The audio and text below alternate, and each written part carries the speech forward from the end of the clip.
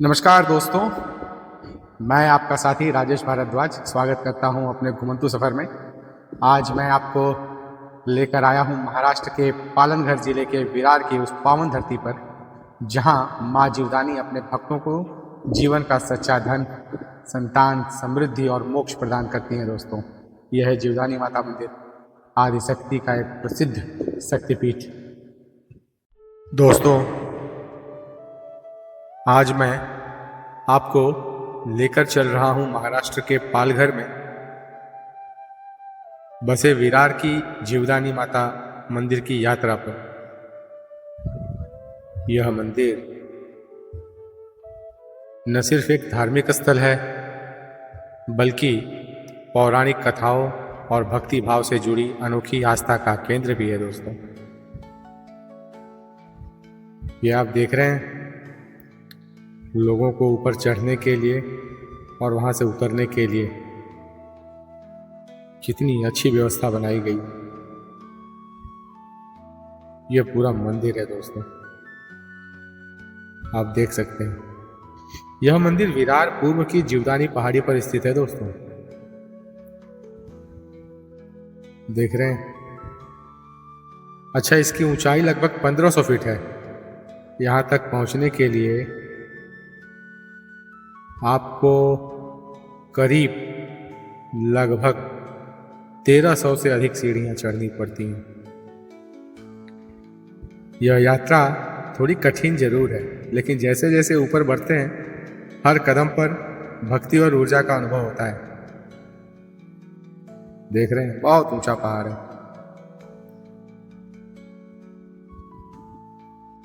देखिए। अच्छा, जीवदानी माता मंदिर की स्थापना पांडवों ने वनवास के दौरान ही की थी। यहां एक ऋषि ने देवी की गुफा में स्थापना की थी।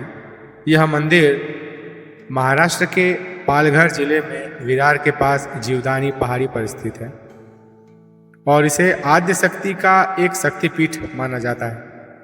मूल रूप से यह एक गुफा में एक छोटे से छिद्र के रूप में था, जिसे बाद में एक बांझ महिला को संतान का आशीर्वाद देने के लिए विकसित किया गया था। इतिहास और किंवदंतियां इसकी बहुत ही अलग हैं। दोस्तों, कहा जाता है, पौराणिक कथाओं के अनुसार पांडवों ने अपने वनवास के दौरान इस पर्वत पर एक गुफा में देवी एकवीरा, जिन्हें वे जीवदानी कहते हैं, की स्थापना की थी। देख रहे हो, ये एक शक्तिपीठ है। दोस्तों, जीवदानी माता को महाराष्ट्र के 18 शक्तिपीठों में से एक माना जाता है, जहां माता आद्य शक्ति के शरीर का एक हिस्सा गिरा था।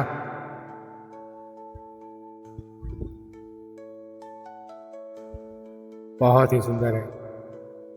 अच्छा, यहाँ की गुफा का एक महत्व है। चलिए गेट की तरफ चलते हैं। ये बैठने की व्यवस्था बनाई गई है, देख रहे हैं।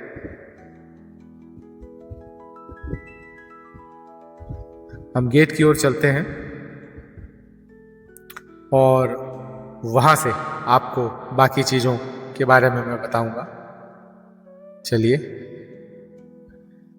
ये देखिए, यहां से ये मुख्य द्वार है। यहां से भी मंदिर का परिसर पूरा अच्छा से दिखाई देता है। देख रहे हैं, ये मुख्य द्वार है। आइए मुख्य द्वार की ओर चलते हैं। मैं इसकी पूरी कहानी आपको बताऊंगा दोस्तों, बस थोड़ा सा धैर्य रखिए। ये सामने से इसका गेट देखिए, बहुत ही भव्य है, सुंदर है ना। चलिए अंदर की तरफ प्रवेश करते हैं। जय हो माता जीवदानी।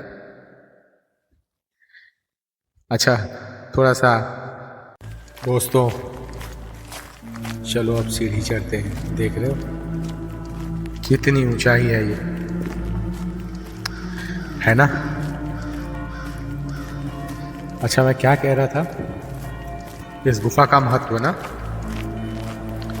दोस्तों, देवी का मूल स्थान गुफा के आले में एक छोटा सा छेद है, जिसमें सुपारी चढ़ाई जाती है। बांझ महिला यहाँ आती हैं, बांझ जिन्हें संतान न हो। एक बांझ महिला ने देवी की दिव्य उपस्थिति देखी, माँ से प्रार्थना की कि उसे संतान का आशीर्वाद दे। देवी माँ प्रसन्न होकर उसे एक बच्चे का आशीर्वाद दिया। जंगल देखिए बहुत बड़ा है दोस्तों। ऐसे ही छोटी छोटी कहानियाँ मैं आपको बताते हुए इस मंदिर की यात्रा कराते रहूँगा। बारिश बहुत तेज़ है, मैं आपको बता नहीं सकता हूँ, बहुत ही तेज़ बारिश है नवरात्रि के इस मौसम में। ओफो, ऐसे समय बारिश बहुत तेज़ है दोस्तों, बहुत मतलब बहुत। ये देख रहे हैं, लोगों ने अपनी मन्नत मान रखी है और नवरात्रि के इस पावन अवसर पर अपनी मन्नत पूरी करते हुए श्रद्धालु सीधे ऊपर मंदिर की ओर चल रहे हैं। देख रहे हैं सीढ़ियां एकदम सीधी हैं, बहुत ही संभाल के चलना पड़ता है दोस्तों। देख रहे हैं एकदम सीधी सटीक ऊपर, देखिए आप, एकदम सीधी है। ऊपर से बारिश, इतनी बारिश है फिर भी देखिए श्रद्धालुओं द्वारा लगाए गए जितने भी ज्योति हैं एक भी बुझ नहीं रही है। पानी चाहे जो भी हो दोस्तों, ये सब माता की शक्ति है। देख रहे हैं बारिश बहुत तेज है, पर जो जल रही है जो वो तो जलती ही रहेगी और श्रद्धालु कहाँ मानने वाले हैं। यही तो शक्ति है माता की। जय हो माता जीवदानी। चलिए दोस्तों, सफ़र बहुत लंबा है, बहुत ही लंबा, चलते रहिए दोस्तों। यात्रा बहुत लंबी है, बस यूं ही बने रहिए मेरे साथ आप लोग। अच्छा, एक बात और बतानी है आपको। इस मंदिर की एक और खासियत है दोस्तों, मुगलों और पुर्तगालियों का हमला हुआ था इस पर। मुगलों और पुर्तगालियों ने हमले के दौरान इस मंदिर के जीर्ण शीर्ण अवस्था में इसको पहुंचा दिया था, लेकिन स्थानीय भक्तों की आस्था के कारण इसे दोबारा बनवाया गया था। स्थान बहुत ही सुंदर है, ये पहाड़ी पर स्थित मंदिर है। देख रहे हैं आप, शहर के पूर्व भाग में जीवदानी पहाड़ी पर स्थित है ये।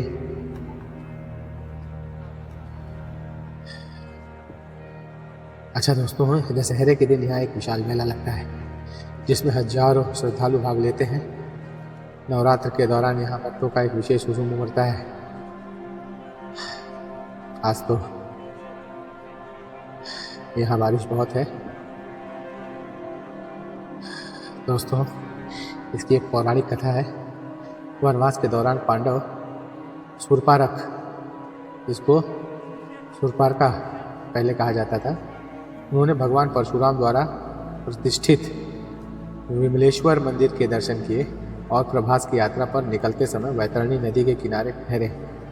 वहाँ उन्होंने विराट तीर्थ पर भगवती एकवीरा की पूजा की। उस समय की पवित्रता और भव्यता देखकर उन्होंने समीप के जो पर्वत थे, गुफाएं खोदने का निश्चय किया। उन्होंने वहाँ सभी गुफाओं को खोदना शुरू किया। उन्होंने पहाड़ियों पर गुफाएं बनाई। उनमें से एक गुफा ये एक वीरा देवी का है। योगलिंग स्थापित कर उनकी पूजा की और उन्होंने देवी को भगवती जीवधनी अर्थात जीवन का वास्तविक धन देने वाली देवी कहा। दोस्तों, इस समय पांडवों ने सीर गांव से लगभग 1 मील दूर, लगभग 1 मील दूरी पर सन्यासियों के लिए छोटी छोटी गुफाएं भी बनाई, जिन्हें आज पांडव डोंगरी कहा जाता है दोस्तों। अनेक योगी पांडव डोंगरी में रहते हैं और जीवन व्यापन करते हैं, जीवदानी देवी के दर्शन करते हैं दोस्तों। ये देख रहे हैं आप, ऊपर हम ऊपर पहुंच गए हैं। इस पहाड़ पर इतनी बेहतरीन व्यवस्था की गई है। ये देख रहे हैं आप। ओहो, हम बादलों के बीच में हैं, कुछ दिखाई नहीं दे रहा है। ये बादल है, पूरा धुंध। लगभग 1500, हाँ 1500 फीट ऊपर हैं हम। लगभग हम ऊपर आ गए हैं, मंदिर के ऊपर। दोस्तों देख रहे हैं आप, कुछ दिखाई नहीं दे रहा है, कुछ भी नहीं दिखाई दे रहा है। चारों ओर सिर्फ धुंध ही धुंध है और कुछ भी नहीं। देख रहे हैं, है ना। यहाँ की व्यवस्था बहुत ही उम्दा है। भीड़ कितनी भी हो, कोई भगदड़ नहीं रहती। कारण हम बहुत ऊंचाई पे हैं, इतनी भगदड़ जानलेवा साबित हो सकती है। इसलिए व्यवस्था बहुत उच्च कोटि की है, बहुत ही व्यवस्थित। आप देख ही रहे होंगे इस वीडियो के माध्यम से। देखिए बाहर कुछ दिखाई दे रहा है आपको? कुछ भी नहीं। चलो दोस्तों आगे चलते हैं। क्षमा चाहता हूं दोस्तों, यहाँ पर वीडियो बनाने की अनुमति नहीं है। मैं आपको माता की झलक केवल तस्वीरों के माध्यम से ही दिखा पाऊंगा। हमें नियमों और परंपराओं का सम्मान करना चाहिए, इसलिए आप सभी माता के दर्शन फोटो में ही स्वीकार करें। दोस्तों, माता के दर्शन के बाद हम ऊपर आए हैं। ये देखिए, ये मंदिर के सबसे ऊपर का परिसर है। ये पूरे पहाड़ को काट कर इतनी अच्छी व्यवस्था बनाई गई है लोगों के लिए कि मैं आपको इसके बारे में क्या ही बताऊं। ये बहुत ही सुंदर है। कोई कह सकता है कि इतने बड़े पहाड़ को काट कर इतने लोगों के ठहरने की व्यवस्था, देखिए आप, बहुत ही सुंदर है दोस्तों, बहुत ही सुंदर है। आपको अगर इतनी ऊंचाई पर आने का मौका मिले, सच बताता हूँ, बादलों से ऊपर है आप। ये प्रसाद लेने के लिए है। और हाँ, ये आपको सबसे मुख्य चीज दिखाना चाहूँगा। ये बहुत बड़ा पत्थर है, बहुत बड़ी शिला है, जहाँ लोग पत्थर चिपका कर अपनी मन्नत मांगते हैं। पत्थर चिपक जाए तो ऐसे मानते हैं कि शायद मन्नत पूरी हो जाए। देख रहे हैं आप ये सिक्का चिपकाने की परंपराएं। देखिए सभी छोटे छोटे बच्चे, जाने इनकी कौन सी मन्नतें हैं। ये देखिए, बच्चे तो कुछ खेल ही है इनके लिए। ये इनकी क्या मन्नतें होंगी, स्कूल में पास होना और क्या। हाँ, बहुत ही सुंदर है दोस्तों। बहुत बड़ी चट्टान है ये, बहुत बड़ा पत्थर है। मैं आपको बताऊं, देखिए, एक श्रद्धालु श्रद्धा से सिक्का चिपकाते हुए और अपनी मन्नत मांगते हुए मुरादें। यह है माता के दर्शन। ये आपको ऊपर भी कई मूर्तियां, मंदिर देखने को मिल जाएंगे दोस्तों। देख रहे हैं आप, परिसर बहुत ही सुंदर है, बहुत ही सुंदर। मैं आपको बताना चाहूंगा, ये बहुत ही सुंदर है। बारिश लगातार होती रह रही है, ये देख रहे हैं आप। अच्छा, ये मुझे मना कर रहे हैं। ओके सर, ये देखिए। अच्छा, मैं आपको थोड़ा बाहर का नज़ारा भी दिखा दूं। चारों तरफ मंदिर देखिए पहले। अब ये थोड़ा सा बाहर ये बिल्डिंग है, बहुत ऊंची ऊंची इमारतें, कितनी चींटी जैसी लग रही है। पहाड़ तक छोटे लग रहे हैं दोस्तों, बहुत ऊंचाई पर है मैं। बाप रे,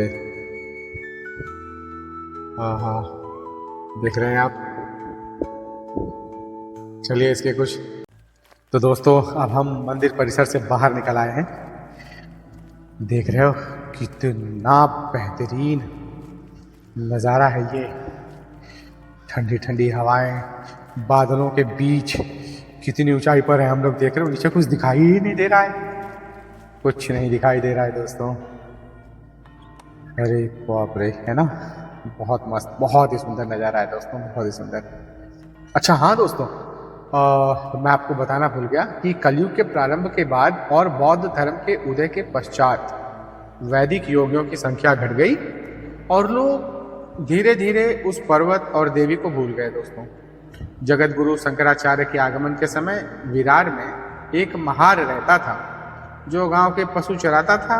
वह निर्मल मंदिर में जगत गुरु शंकराचार्य पद्मनाभ स्वामी के दर्शन हेतु आया और उसने अपने कुल देवता के दर्शन का आशीर्वाद मांगा। शंकराचार्य उसकी भक्ति से प्रसन्न हुए दोस्तों और उसे यह आदेश दिया कि वह जीवन धनी पर्वत की तलहटी में गौ सेवा किया करे। उचित समय आने पर उसे अपनी कुलदेवी के दर्शन हो जाएंगे। अच्छा, वह गोलोक को प्राप्त हो गया। वह महार जीवन भर इस उपदेश का पालन करता रहा और गायों को चराता रहा। चराते समय वह एक विशेष गाय को देखता जिसकी कोई मालिक या फिर कोई उसका देखरेख करने वाला नहीं था। उसे चराने का शुल्क भी नहीं मिलता। एक दिन उसने उस गाय को पीछा किया और उस गाय का पीछा करते करते उसे जीवनधर पर्वत की चोटी तक गाय ले गई। वहाँ एक दिव्य रूप वाली स्त्री प्रकट हुई। महार ने समझ दिया कि यह उसकी कुलदेवी जीवनधनी। वह प्रसन्न होकर बोला, माता, मैंने आपकी गाय चराई है, क्या आप मुझे उसका पारिश्रमिक देंगी?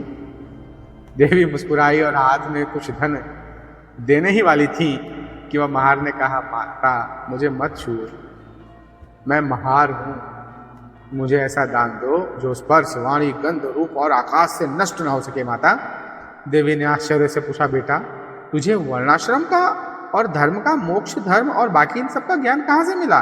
महार ने उत्तर दिया, माता, यह जगत गुरु शंकराचार्य की कृपा से मुझे प्राप्त हुआ है। माता, देवी प्रसन्न हुई और बोली, तेरे पुण्य से यह गाय जो वास्तव में कामधेनु है, तेरे पूर्वजों को अपनी पूंछ से पकड़कर वैतरणी पार कराते हुए स्वर्ग लोक पहुंचा चुकी है। अब मैं तुझे वही देती हूँ। दोस्तों, इसी के साथ मैं आपसे अलविदा लेता हूँ। आपको मेरा ये वीडियो कैसा लगा आप मुझे कमेंट करके ज़रूर बताएं। अच्छा लगा तो इसे शेयर करें, सब्सक्राइब करें। धन्यवाद दोस्तों। मिलते हैं अगली वीडियो में घुमंतू के साथ।